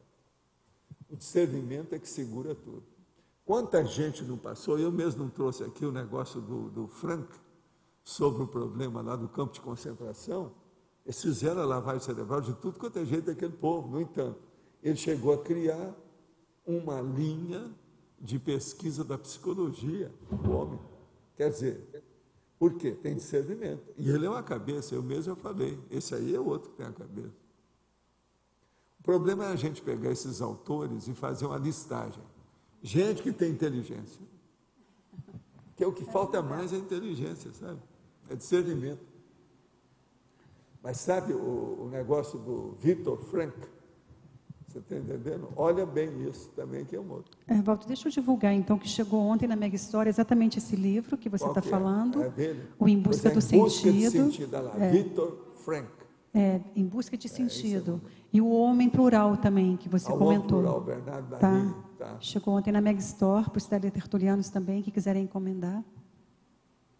Valdo, só complementando, no caso da consciência que teve um processo de lavagem em relação à sexualidade, à prostituição, teoricamente, ao que tudo indica, demora mais vidas para ela limpar esse processo.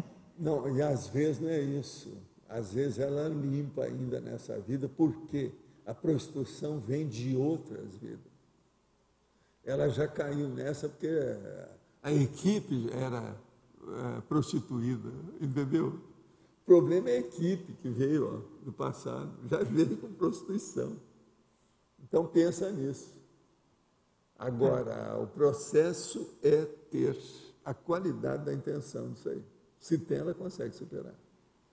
Entendi. Eu não quero falar aqui o Obrigada. nome das pessoas, que a gente já trabalhou com isso, mas as pessoas mudaram da água para o vinho, totalmente. Ninguém admitia aquilo. E quem não admitia mais eram as colegas dela, as outras prostitutas.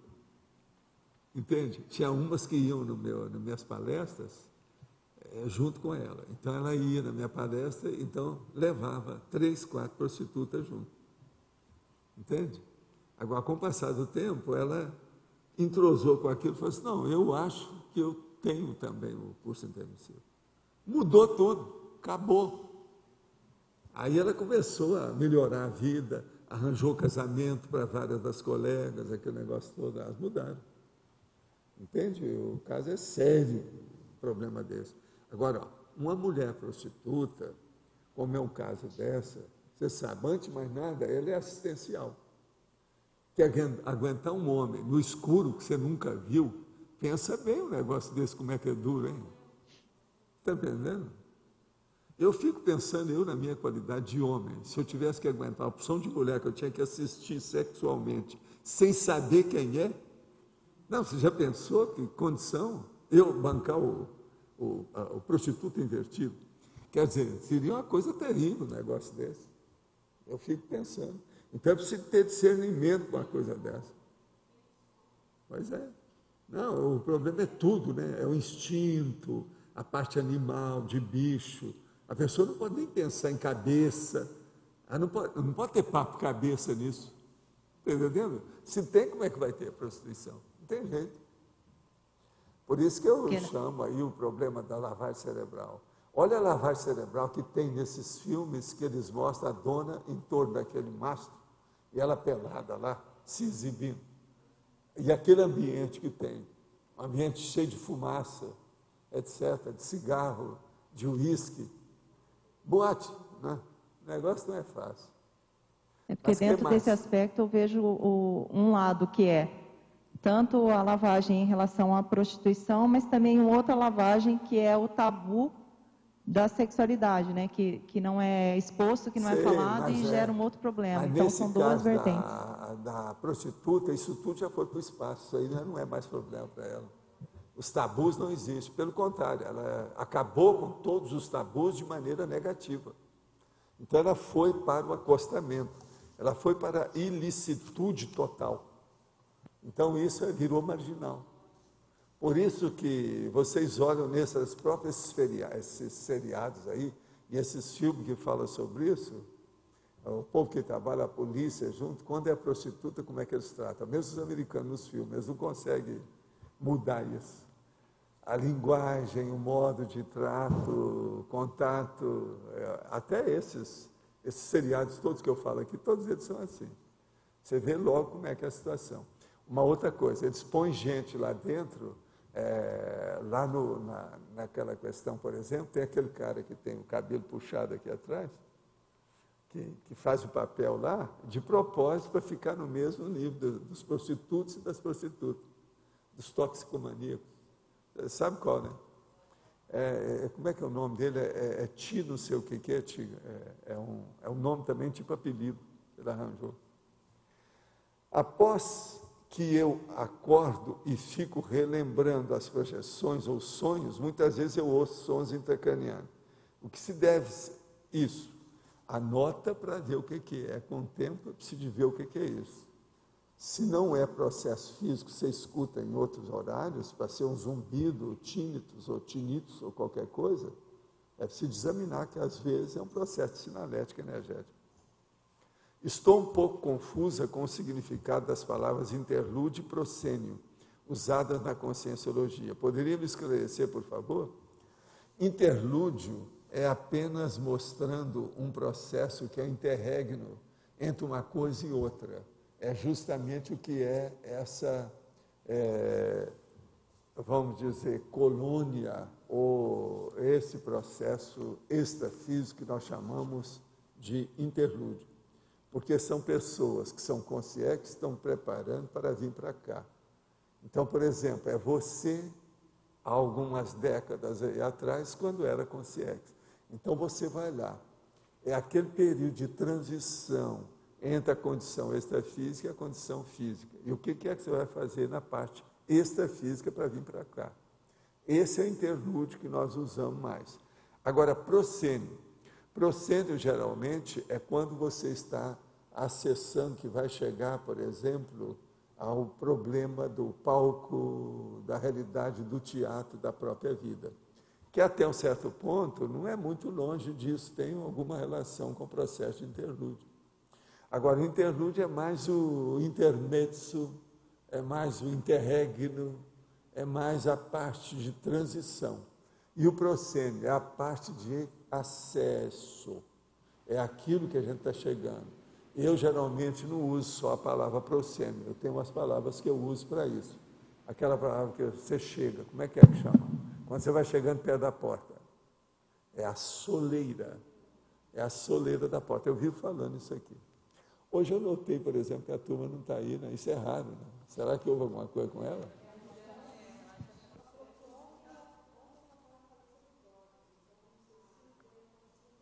Então será que ela dessomou? Deve ser. É porque eu estou pensando aqui, hoje mesmo eu trabalhei nisso, na TENEPS. Foi atingido alguma coisa lá. 4 horas da manhã. O senhor poderia falar um pouco sobre o que está acontecendo na América Latina e principalmente no Brasil?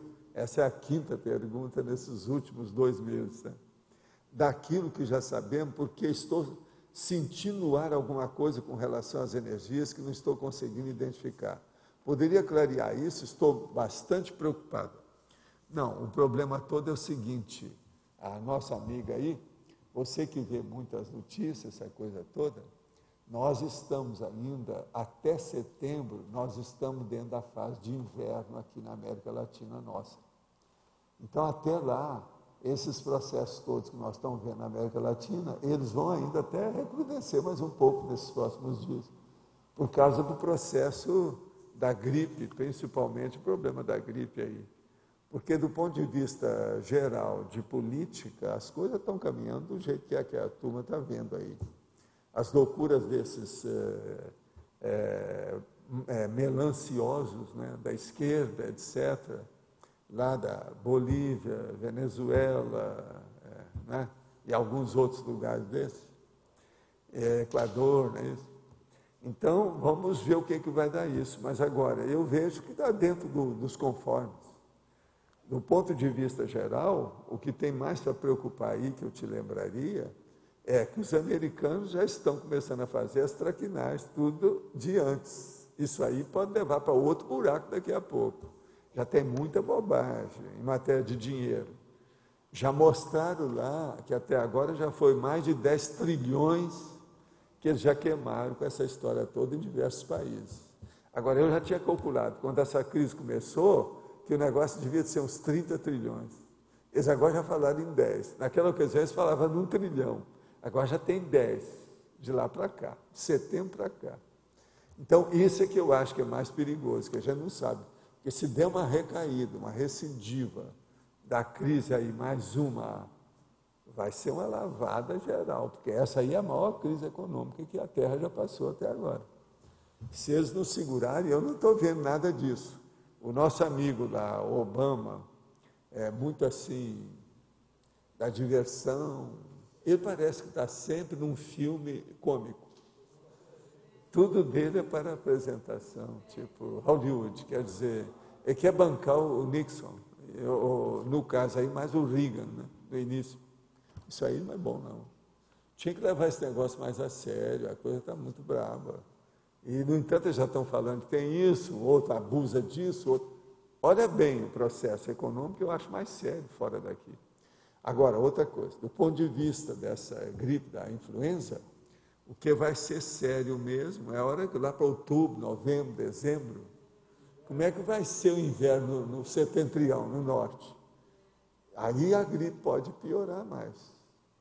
Agora, ó, já tem muita gente já falando que o negócio, isso aí, realmente é um vírus que veio daquele da gripe espanhola. Bem claro. De algum modo isso aconteceu. Eles só acham que ele é um pouco mais suave do que o da gripe espanhola. Mas suave, com esse monte da população, essa explosão demográfica que nós temos na Terra hoje, é muito diferente de 1918. De modo que vamos ver o que é. Agora, 1918, gente, observem bem, são praticamente 90 anos, né? Não é fácil, né? Pode ser que de boa intenção a baratosfera está cheia. Que chaves práticas devemos utilizar para dinamizar a boa intencionalidade? A primeira coisa é o seguinte, a baratosfera e o cemitério também. É muita gente que morre mais cedo, prematuramente, eu vivo falando nisso há meio século, devido só ter boa vontade ou boa intenção, aparente. Uma pessoa que tem boa intenção real, ela tem bom discernimento. Se ela tem discernimento, melhora. Agora, a maioria é porque não teve intenção real. Por isso que a coisa piorou. Hoje você tem, pergunta, hein? 27 já, daqui a pouco vai bater o nosso recorde aí na história. É porque é domingo, é isso? É domingo? Ou o povo melhorou da gripe suína, é isso? Se a intenção do guia cego é vampirizar o assediado, com a intenção de manter o assédio, até quando essa situação é necessária para a autoevolução do assediado? A vovozinha. Na heurística da origem da autopensenidade, patopensenidade atual, com a aquisição de cons, como mudar a intenção do guia cego? O guia cego muda através de parlamentar com ele, a dialética, mostrar a situação. E exteriorizar a energia, mostrar que a pessoa não tem medo de superar aquilo. E acabar com o processo do autoassédio. Quando a pessoa acaba o autoassédio, o heteroassédio não encontra vaza para funcionar, não tem jeito de mexer com ele. Então, uma pessoa consegue influenciar você porque você deixa. Se você der o conta, acabou. Ele não vai ter mais nada. Agora, a questão, por exemplo, de assedialidade sempre vai ter. O problema é você mexer com os assediadores sem que eles causem moça, dano, prejuízo a você. Isso é que é a desperdicidade. Se a pessoa for comprometida com o holopensene cristão, por exemplo, por séculos, e o seu polvo extrafísico também, como mudar isso sem destabilizar sua estrutura holossomática, multidimensional, etc.? Como revirar o megafoco sem transtornos psicológicos preocupantes? Olha, não interessa não.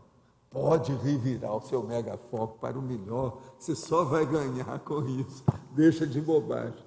A moldura segue a mosca do centro. Presta atenção. Os círculos secundários seguem o megafoco central. Pensa bem nisso. A matriz é que manda nas filiais. Isso aí que você está falando é preocupar com bobagem, com o secundário, entendeu? Vamos ver, é o principal, é o essencial. O senhor falou de prostituição e suas implicações. Eu penso que as pessoas que fazem sexo a cada semana com uma pessoa diferente são consideradas prostitutas. O senhor concorda? Até um certo ponto. É um tipo de prostituição. Agora, o nome que eles usam para esse tipo de prostituição é promiscuidade. Isso geralmente mostra que a pessoa é imatura e ela tem a síndrome da dispersão consciencial clássica. É uma pessoa doente. O ingresso do funcionalismo público pode ser considerado como lavagem cerebral? Depende, né? Qual tipo de funcionalismo? Em tese não é para ser, mas às vezes, né? Funcionalismo, a turma do BOP aí de Curitiba, que equivale ao BOP carioca, o povo está reclamando nos jornais e por todo lado, que estão com excesso de trabalho. É gente, é servidor público, soldado. Vocês viram aquilo? Dessa força que veio para cá? Invadiram já casa, invadiram escola, quebraram o carro. Isso é um BOP. Você sabe o que é BOP lá no Rio? Esse aí equivale ao BOP carioca, é a mesma coisa. Está nos jornais, o povo está reclamando. Saiu ontem mesmo, o jornal estava falando sobre o assunto mais uma vez. E mostraram até carro, que o cara quebrou o painel, tudo. Eles vão atrás de droga e invadem casa, tudo isso. Eles não usam aquelas técnicas do seriado lá, Law and Order americano, que tem que ter a ordem do juiz para você entrar na casa, senão não pode. Eles vão entrando. É como se estivesse na ditadura. Agora, já levaram isso para o jornal, eles têm que tomar uma atitude com esses soldados, porque senão eles vieram aqui para ajudar, o povo já está com medo deles. Como é que fica isso? Isso é em Foz, estou falando em Foz, saiu ontem no jornal. Vocês chegaram a ler isso? O ingresso no funcionalismo público pode ser considerado como lavagem cerebral? Sou formado em psicologia, mas atualmente trabalho como funcionária pública federal, técnico judiciário. Não, não é uma lavagem cerebral, você pode estar ajudando muita gente, nessa área aí você pode ajudar. Lembre-se, o judiciário é que precisa de mais gente correta no Brasil, por quê? Para acabar com a impunidade. Vê o que você está fazendo para acabar com a impunidade dentro de você, na condição de mini peça, dentro do maxi mecanismo da justiça, né? Já leu a obra de Gabriela Leite, da editora Objetiva, com o título Filha, Mãe, Avó e Prostituta? Não. Tem comentários que possa fazer interassistência nesse caso também? Não, eu não li isso aí. Filha, mãe, avó e prostituta. Essa aí não está querendo qualquer? Não. Esse é o livro da dona. Sai dessa. Alguém aí leu esse livro? Sinto muito, I'm sorry. Desculpa, mas é a primeira vez que eu envio uma pergunta. Tem alguma explicação sobre um zumbido que se ouve às vezes? Zumbido, a primeira coisa, você tem que ir no otorrinolaringologista para examinar se o ruído é um zumbido, se é tinnitus ou o que é o negócio, para ver como é que é. Agora, precisa de ver se ele é às vezes, de que modo que é, se abaixou sua pressão, se aumentou. Pressão, por exemplo, às vezes piora esse processo. Um cansaço, por exemplo, você trabalhou demais, está exausta ou exausto, isso também pode criar problema para você. Então, é necessário ver primeiro com o técnico, examinar o ouvido. Estou traumatizado com o senhor, traumatizado comigo. Eu dei algum soco ultimamente a alguém para dar um trauma? Não. Tenho aspectos levianos já em processo de extinção, mas também sou o rei da leviandade. Ele agora está se firmando. Agora, o que é engraçado é o nome dessa pessoa que eu não posso. Professor Valdo. Professor Valdo.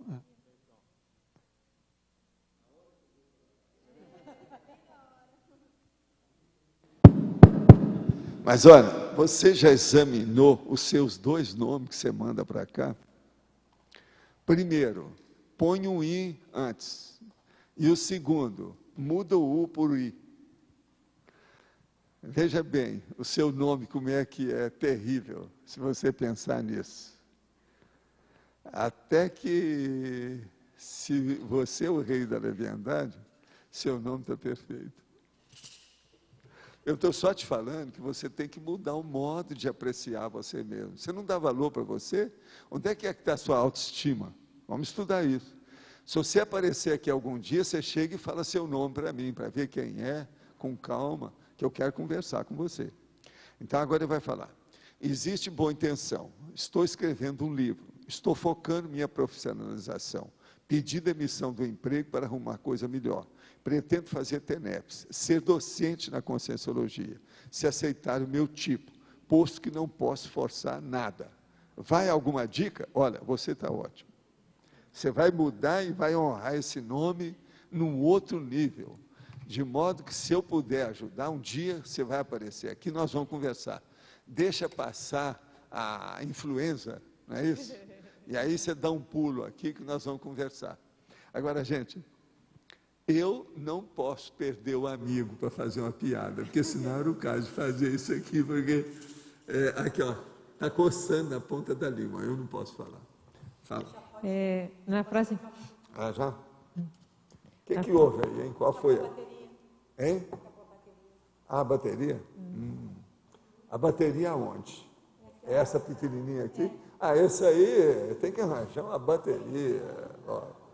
Arranja uma coisa obesa. Esse aí está muito magro.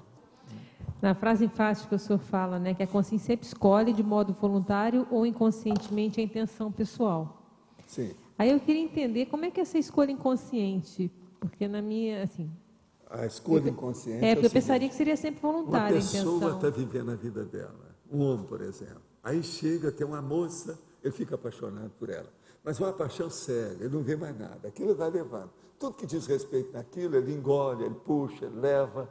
Você sabe, quase sempre, ele às vezes pode estar junto com ela e levou o bloco inteiro. Quer dizer, junto com ela tem aquele negócio inteiro. Lembra do nosso verbete sobre isso? É whole pack. Whole pack. Então, por exemplo, ele leva o whole pack. Então, ele vai na onda. Você está entendendo como é que é? Está sendo levado pela situação.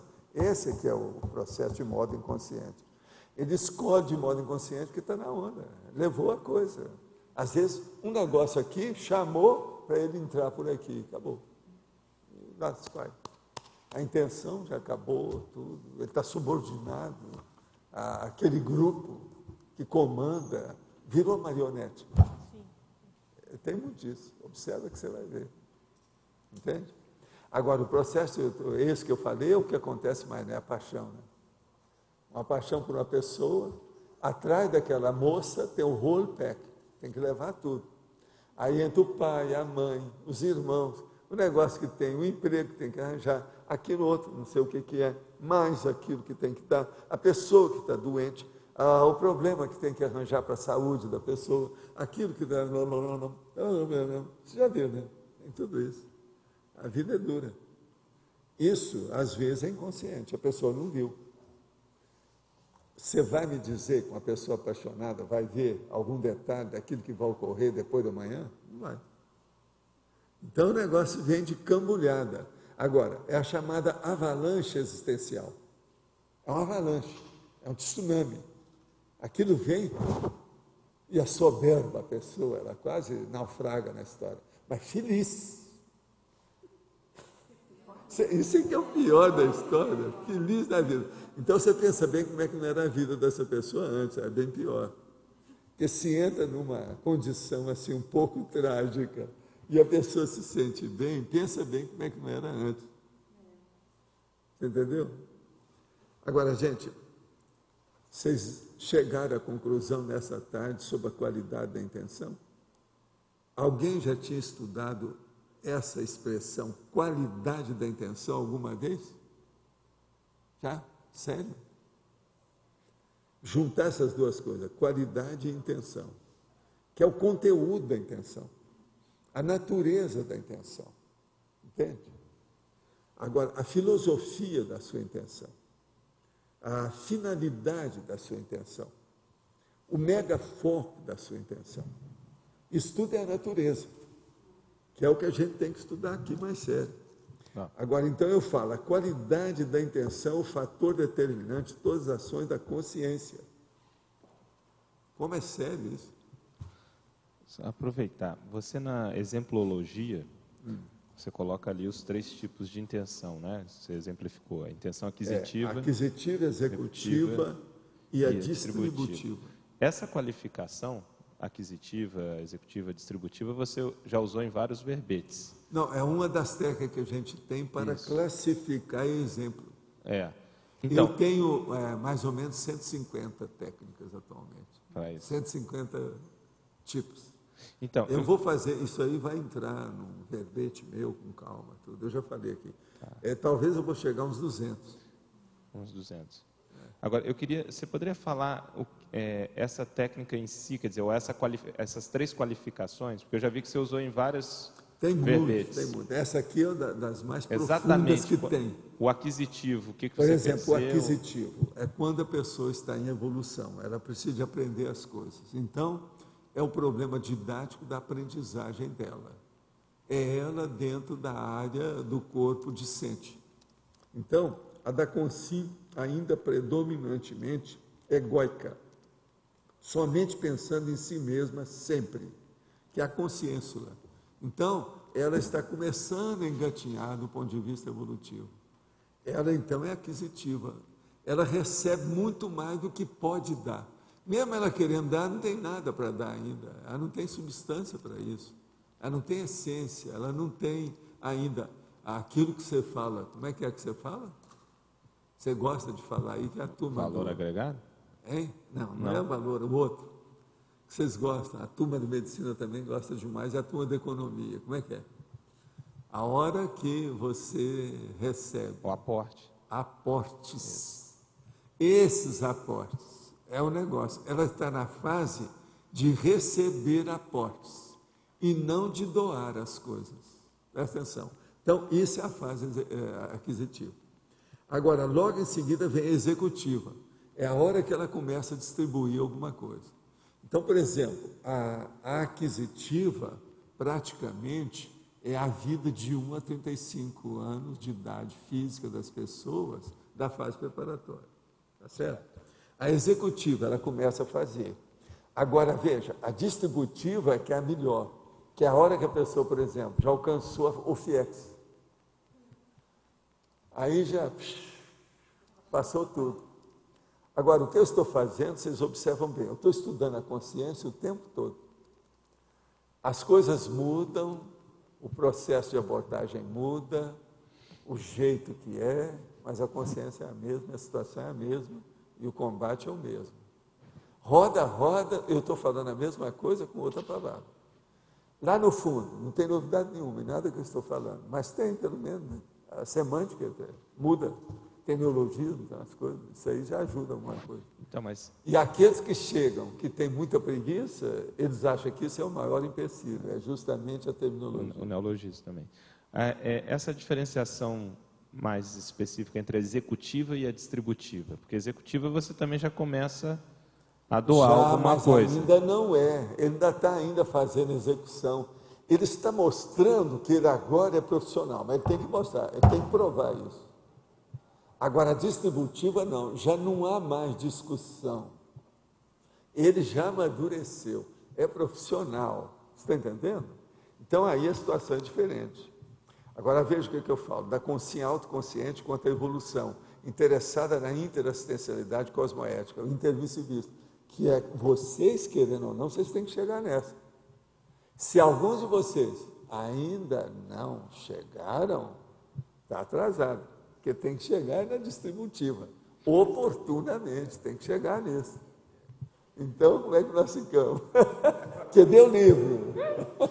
Você falou que tinha que ter o FIEX. Né, que deu livro, entendeu? Que deu livro. Olha lá. Mas agora, vamos ver a segunda, a executiva, a da consim vulgar, empurrando a vida humana, sem racionalidade avançada, ao modo robô existencial da Robex.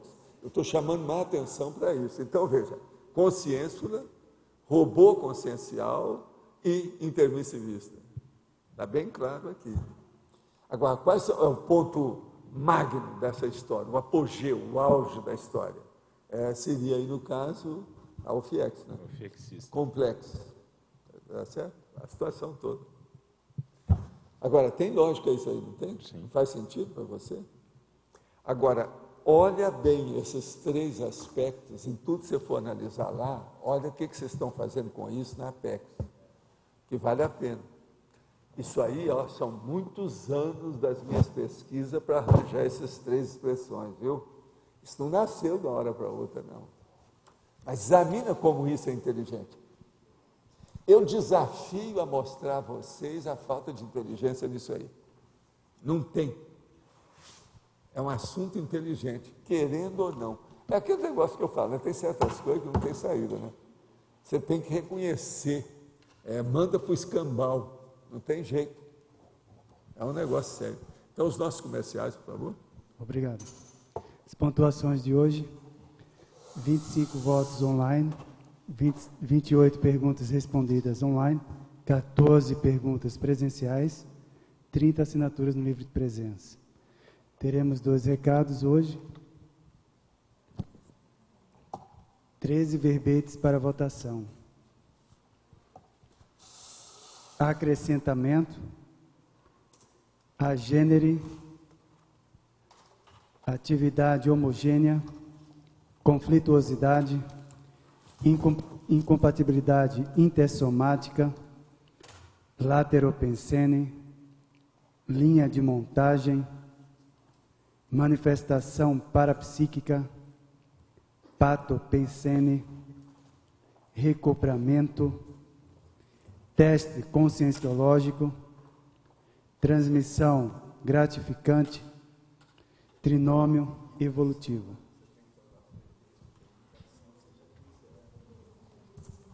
A Unicim pede para informar que o colegiado de intercooperação programado para hoje foi cancelado em virtude dos mesmos motivos, né, que nós estamos restringindo as atividades aqui no CAEC. Então, a gripe, em virtude da gripe A, então foi cancelado e posteriormente será informado a nova data. Ok? Temos o recado do Cícero agora sobre o curso da biografologia, da Apex. Boa tarde. Eu gostaria principalmente de fazer um convite para as pessoas de São Paulo que têm interesse no curso biografologia. Então, por que estudar biografologia? Eu vou passar aí alguns motivos, algumas ideias para acrescentar aí o estudo da biografologia. Então, por exemplo, um deles, a força do exemplo. Ou seja, quando a pessoa estuda biografias, ela vai se deparar com trafores de outras pessoas. Então, eu estudo através do heteroexemplarismo. Entender isso aí, entender como as pessoas superaram uma série de adversidades na vida também. Outro ponto, o autoconhecimento. Ou seja, enquanto estudamos uma biografia, é inevitável fazer comparações entre nós mesmos e a biografia que estamos estudando. Isso amplia o autoconhecimento. Outra questão é a erudição, ou seja, ao estudar biografias, nós estamos estudando toda uma cultura, uma sociedade. Isso amplia bastante o nosso conhecimento. Outra questão é a assistencialidade.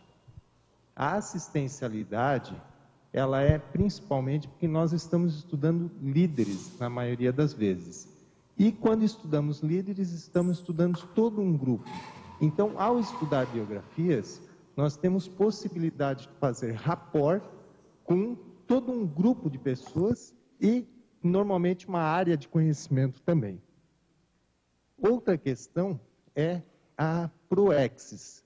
Então, quando estudamos biografias, nós expandimos a nossa visão sobre proexis, que estamos estudando uma vida, as suas realizações e as repercussões dessa vida. Ou seja, são vários motivos para estudar biografias. Então, fica a dica para o pessoal, principalmente de São Paulo, vai ter um curso nos dias 29 e 30 de agosto e o segundo módulo 17 e 18 de outubro. Para informações, vocês podem entrar em contato com São Paulo no telefone 011 2677 0399. Então, repetindo, 011 2677 0399. Ou então no site da Apex. Fica o convite a todos. Obrigado. O verbete vencedor para amanhã é conflituosidade com 10 votos. Obrigada e boa tarde a todos.